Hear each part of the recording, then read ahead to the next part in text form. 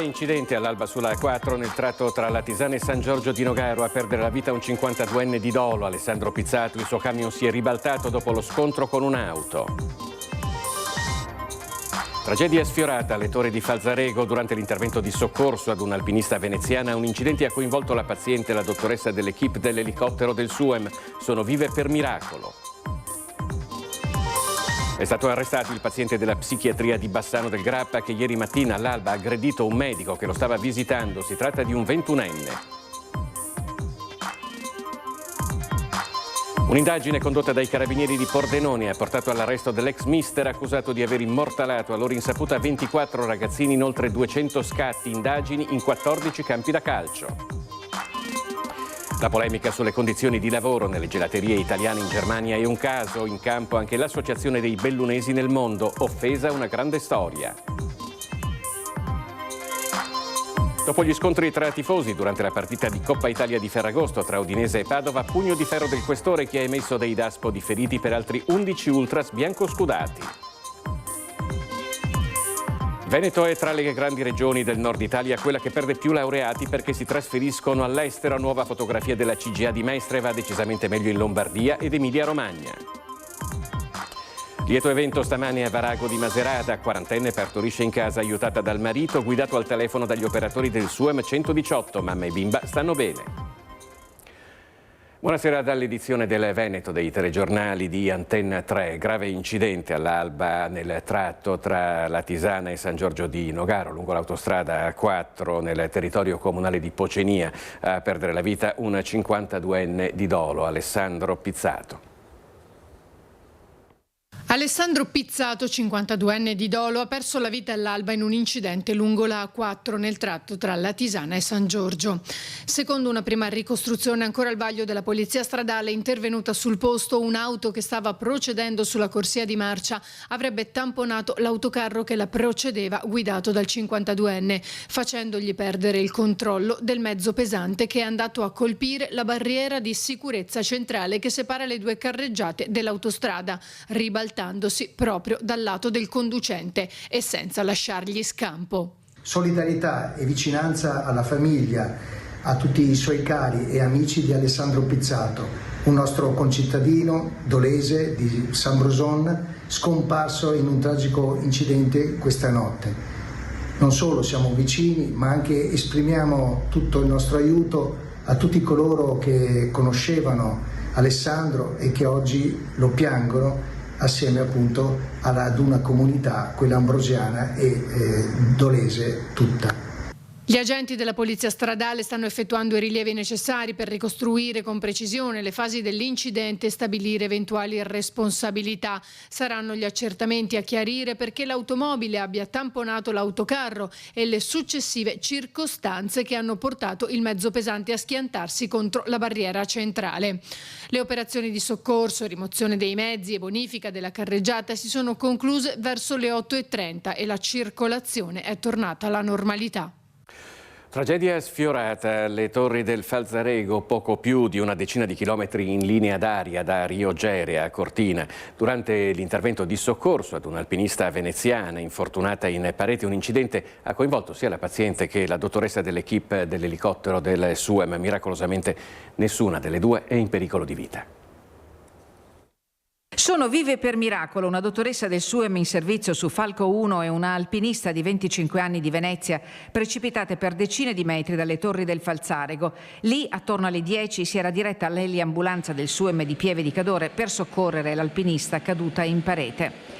L'equipe pronta all'intervento era stata trasferita per il recupero della donna, ma a soccorso praticamente concluso un inconveniente operativo ha coinvolto sia la paziente già imbarellata che la dottoressa del SUEM. Secondo le prime e più plausibili ricostruzioni, qualcosa non avrebbe funzionato mentre si procedeva ad issare con verricello la barella che potrebbe essersi rovesciata trascinando con sé la dottoressa. Immagini diffuse tramite un video postato sui social e poi rimosso potrebbero confutare la dinamica. Il video infatti mostrerebbe un soccorritore con imbrago ruzzolare all'indietro assieme alla barella. Come siano andate le cose lo spiegheranno gli accertamenti tecnici in corso per ricostruire la dinamica dell'incidente, che non si è tramutato in tragedia per miracolo. Lo scivolamento a valle sul piano inclinato di medico e paziente in barellata si è arrestato quasi in modo naturale, salvando a entrambe la vita. Alle Torri del Falzarego è arrivato Falco 2, che ha recuperato la giovane alpinista veneziana trasportata in codice di media gravità all'ospedale di Treviso. Falco 1 si è occupato della dottoressa del SUEM, trasferita al San Martino di Belluno. Fortunatamente l'attacco ha dato esito negativo e in serata la professionista del SUEM sarà dimessa, come conferma l'ULSS Dolomiti.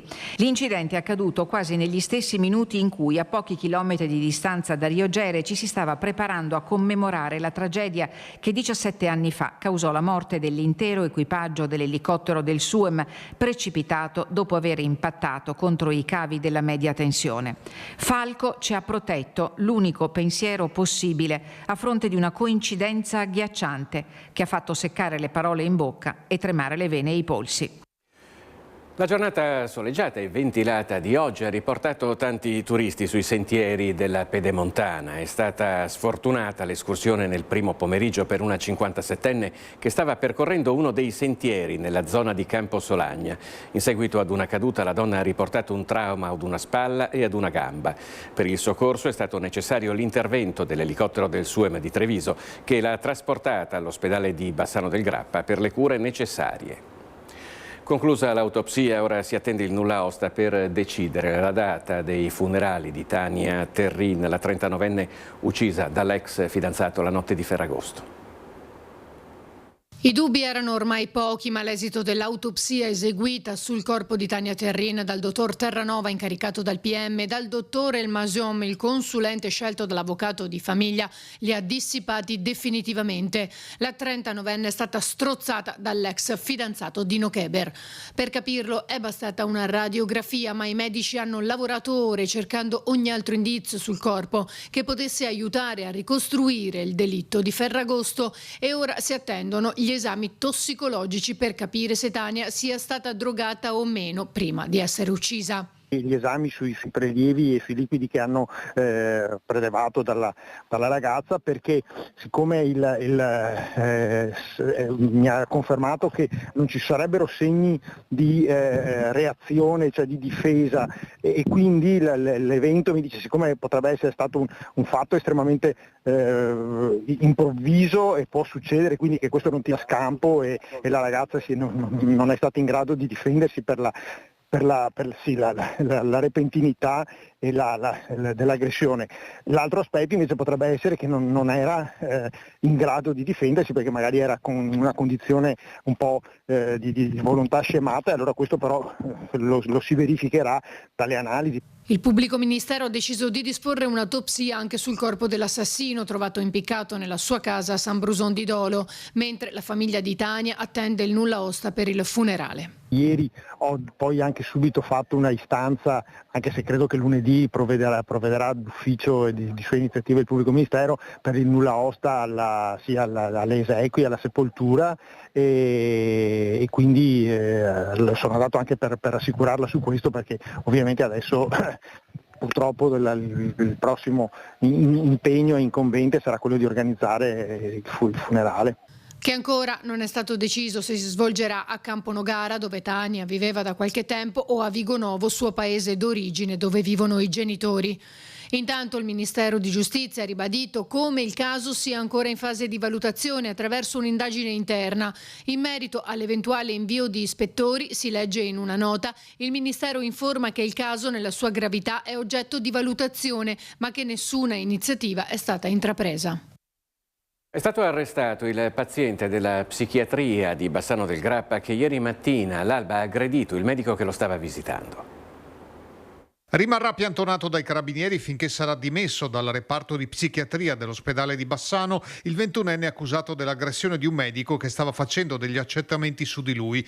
Il giovane italiano residente a Bassano è stato arrestato e, su disposizione della Procura della Repubblica di Vicenza, sarà poi condotto in carcere dopo le cure al San Bassiano. Contro di lui le accuse sono di lesioni e danneggiamento. Nella notte tra giovedì e venerdì intorno alle 4 era stato portato al pronto soccorso in seguito ad un intervento in centro storico degli uomini dell'Arma e degli agenti del commissariato di polizia che lo avevano trovato in stato di alterazione psicofisica. Il 21enne, già in cura al centro di salute mentale dell'ULSS 7 Pedemontana e noto anche alle forze dell'ordine, era inizialmente tranquillo e collaborativo ed è stato visitato al pronto soccorso proprio dallo psichiatra che è il suo specialista di riferimento. Il medico ha così deciso di fare degli approfondimenti, cominciando da un prelievo di sangue da effettuare in reparto. Il giovane, vedendo avvicinarsi l'infermiera, si è liberato della sorveglianza dei sanitari e dei loro tentativi di contenerlo. A quel punto si è scagliato contro il medico, colpendolo violentemente con dei pugni. Lo psichiatra, anche se frastornato, ha tentato una fuga, ma è stato raggiunto dal suo paziente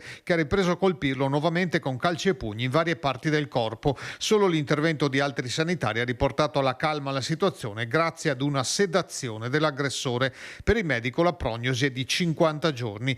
Piena solidarietà è stata espressa dall'ULSS 7 Pedemontana col direttore generale Giovanni Carretta, secondo il quale il fenomeno delle aggressioni rimane preoccupante nonostante le misure di prevenzione prese a più livelli e i sistemi di allarme fino alla formazione specifica. Un messaggio di vicinanza al medico è arrivato anche dal presidente della regione Alberto Stefani, che condanna l'accaduto e chiede rispetto per il personale sanitario.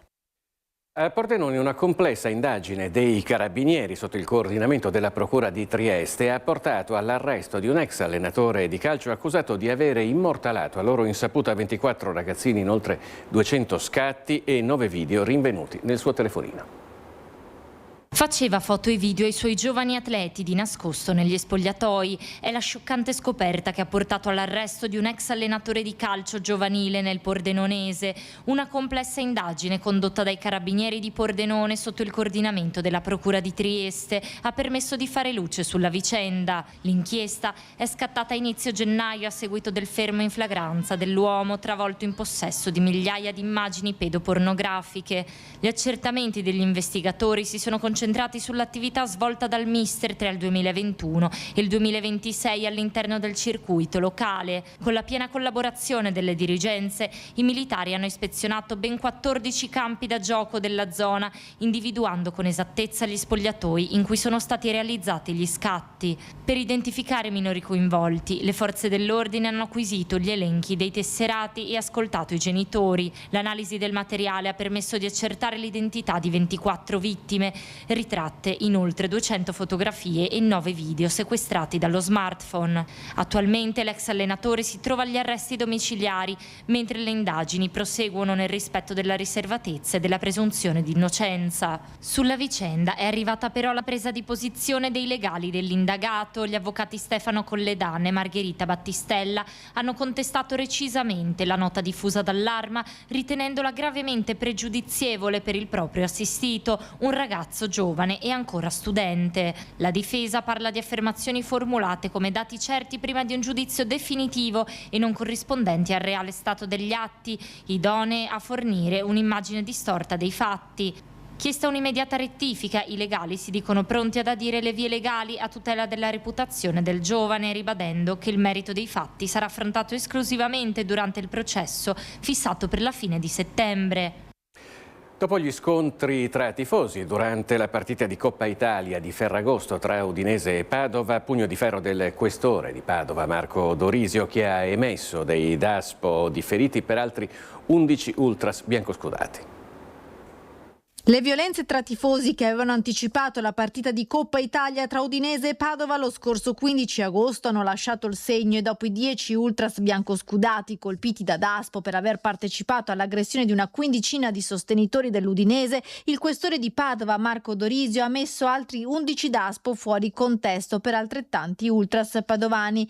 Gli 11 fanno parte della tifoseria ultras della Curva Sud. Il provvedimento è il cosiddetto DASPO indifferito ed è una misura di prevenzione per evitare la presenza di violenti all'interno degli stadi. Questo episodio di gratuita violenza da parte di alcuni ultras della Curva Sud ha fatto sì che quindi allargassimo il focus su quanti stanno appunto nella Curva Sud, approssimandosi praticamente all'inizio del campionato. E quindi con la Digos e l'anticrimine abbiamo individuato e applicato in questo caso il DASPO fuori contesto, cioè il DASPO che viene applicato Stato, a prescindere che siano state poste in essere delle condotte violente durante la manifestazione, un altro tipo di misura di prevenzione. Si tratta di 11 persone, tutte con precedenti per episodi di violenza, tra di loro anche 2 minorenni di 16 e 17 anni con precedenti denunciati qualche anno fa per essere entrati allo stadio con dei coltelli e per questo sottoposti ad ASPO di 3 anni. Reati specifici per i quali sono indice di una pericolosità e per i quali si possono adottare questi provvedimenti interdittivi. Quelli adottati hanno una durata dai 5 ai 3 anni. Questo per evitare anche situazioni di saldature all'interno di un settore dello stadio con soggetti magari dediti attivi nell'ambito della criminalità e soprattutto per garantire che cosa?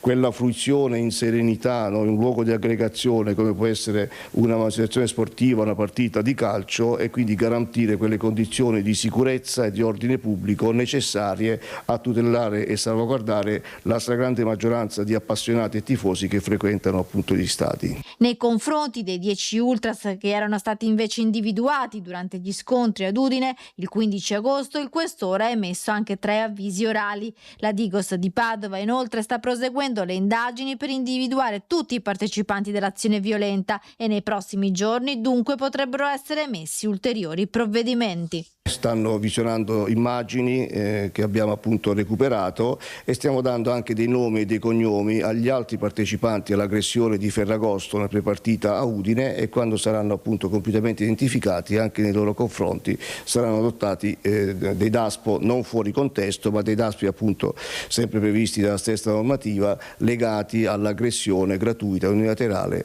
di cui si sono resi protagonisti il giorno di Ferragosto. Ed ora una notte di follia che si è consumata tra Cadoneghe e Vigonza con un inseguimento a folle velocità, un incidente stradale e una persona accoltellata. L'inseguimento a folle velocità è iniziato a Cadoneghe e si è concluso a Vigonza in via Andreon contro una cabina della linea telefonica. A terra anche un uomo ferito da una coltellata. È il bilancio della notte di follia che si è vissuta tra i 2 comuni della periferia padovana tra il 18 e il 19 agosto. Secondo quanto ricostruito, i 2 gruppi di nordafricani hanno ingaggiato un inseguimento lungo le strade di Cadoneghe e Vigonza, una corsa a tutta velocità che si è conclusa con un incidente stradale. L'auto si è schiantata contro la cabina. Un uomo poi è stato accoltellato e abbandonato in strada agonizzante poco prima dell'arrivo dei carabinieri, che ora stanno indagando per risalire gli altri partecipanti. Dai primi riscontri sembrerebbe che alcune persone coinvolte sarebbero state protagoniste di episodi analoghi avvenuti negli ultimi mesi anche in altri comuni della cintura urbana. Questo episodio desta molta preoccupazione tra i sindaci dei comuni coinvolti. Quello che è successo tra Cadoneghe e Vigonza nella notte del 18-19 agosto è un fatto grave, perché questi criminali hanno messo a repentaglio la vita e l'incolumità dei cittadini dei 2 comuni con un inseguimento folle culminato poi con un accoltellamento. E la cosa che colpisce ancora di più è che sembrerebbe che gli stessi soggetti fossero collegati a un fatto analogo avvenuto 2 mesi fa nella cintura urbana in altri comuni e che era stato già al centro delle cronache. Sono state oltre 100 le chiamate ai vigili del fuoco, soprattutto per cadute di alberi a causa del maltempo che ha colpito ieri pomeriggio il veneziano, una 70ina gli interventi. Sono state 110 le chiamate ai vigili del fuoco tra le 14 e le 20 di venerdì a causa della forte pioggia che si è abbattuta anche sul veneziano. Circa 70 gli interventi che hanno interessato trasversalmente il territorio della città metropolitana, soprattutto per rami spezzati e cadute di alberi come quello di fronte alla sede dell'INPS a Venezia, poco distante da Piazzale Roma, che non ha provocato danni né feriti ed è stato rimosso in poco tempo. L'episodio più grave ha riguardato il crollo di un albero in un campeggio di Caorle, dove una 35enne di origini tedesche era nella sua tenda quando il telo è stato schiacciato dall'albero abbattuto dalle raffiche di vento. Soccorsa sul posto, la donna non ha riportato gravi ferite. A Chioggia, fanno sapere i vigili del fuoco, gli interventi sono stati 4, 6 a Jesolo, 8 a Mira, 3 a Portogruaro, 7 a San Donà di Piave, 2 a San Michele al Tagliamento, 3 a Spinea, oltre che Mestre Marghera e Favaro Veneto. A Venezia, terraferma e isole, gli interventi sono stati 25, di cui 6 al Lido, soprattutto per scantinati e piani interrati allagati, 1 a Sant'Erasmo, 4 in Laguna. A supportare i vigili del fuoco si sono affiancate anche pattuglie della polizia locale, volontari della protezione civile e in qualche caso, per precauzione, anche le ambulanze del SUEM, seppur non siano risultati altri feriti o coinvolti nel maltempo. Mentre sembrano essersi arrestati i crolli sul Monte Pelmo che tanta apprensione hanno causato nelle ultime settimane nel Bellunese e dal Trentino, come mostrano queste immagini diffuse dal quotidiano online Il Dolomiti, arrivano oggi le immagini della frana visibile dal passo San Pellegrino nella zona ovest del gruppo Bocche col Margherita, al confine tra le province di Belluno e Trento. Il boato è poi una enorme nuvola di polvere fissata nelle immagini riprese da un pastore in alpeggio sul lato opposto della montagna. Nella stessa zona, riferisce il Dolomiti, circa 3 settimane fa c'era stato un altro importante distacco di rocce precipitate a valle. La polemica sulle condizioni di lavoro nelle gelaterie italiane in Germania arriva anche a Longarone. L'amarezza del sindaco Roberto Padrin per quella che viene definita un'offesa gratuita ad una storia di emigrazione. Lei come ha preso questo articolo? Ma sicuramente con profonda, devo dire, anche tristezza, perché mi pare che paragonare con quella immagine veramente che fa riportare indietro ai tempi della Seconda Guerra Mondiale penso che sia qualcosa di, oserei dire, quasi vergognoso. Vederci trattati così sicuramente fa male e dispiace molto. Bufera sul reportage della Süddeutsche Zeitung sulle condizioni di lavoro dei brasiliani nelle gelaterie italiane in Germania. Dopo il sindaco di Val di Zoldo, Camillo De Pellegrini, interviene Roberto Padrin e anche per il sindaco di Longarone quella rappresentazione è inaccettabile. Dispiace soprattutto perché in questi anni si è creato sempre un rapporto molto secondo me positivo tra la Germania, perché i nostri gelatieri hanno fatto le loro fortune, ma anche quello della Germania, del popolo tedesco, portando un prodotto che è un simbolo del Made in Italy, ma è soprattutto apprezzato dai tedeschi. Un rapporto costruito nel tempo dall'emigrazione bellunese, soprattutto dalla Val di Zoldo e dal Cadore, terre che hanno dato origine a una lunga tradizione di gelatieri in Germania.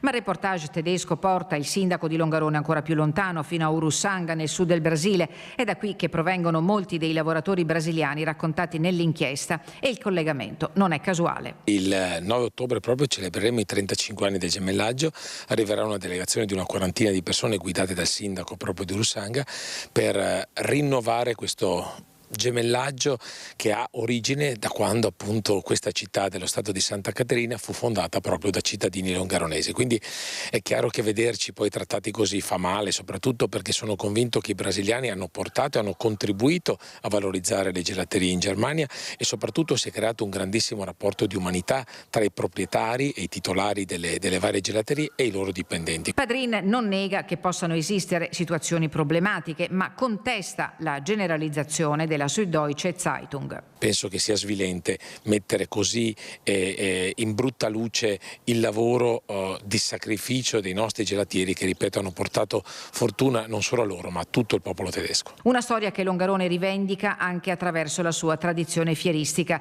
Qui ha sede la Mostra Internazionale del Gelato e il Comune guarda ora al rilancio della manifestazione. Noi ci auguriamo che questo mondo, che ha fatto sempre riferimento alla Germania come devo dire punto focale dove poter anche portare proprio gelatieri non solo italiani in Germania ma di tutti gli altri paesi che hanno aperto gelaterie lì, Longarone è sempre stato un punto di riferimento anche per questi gelatieri.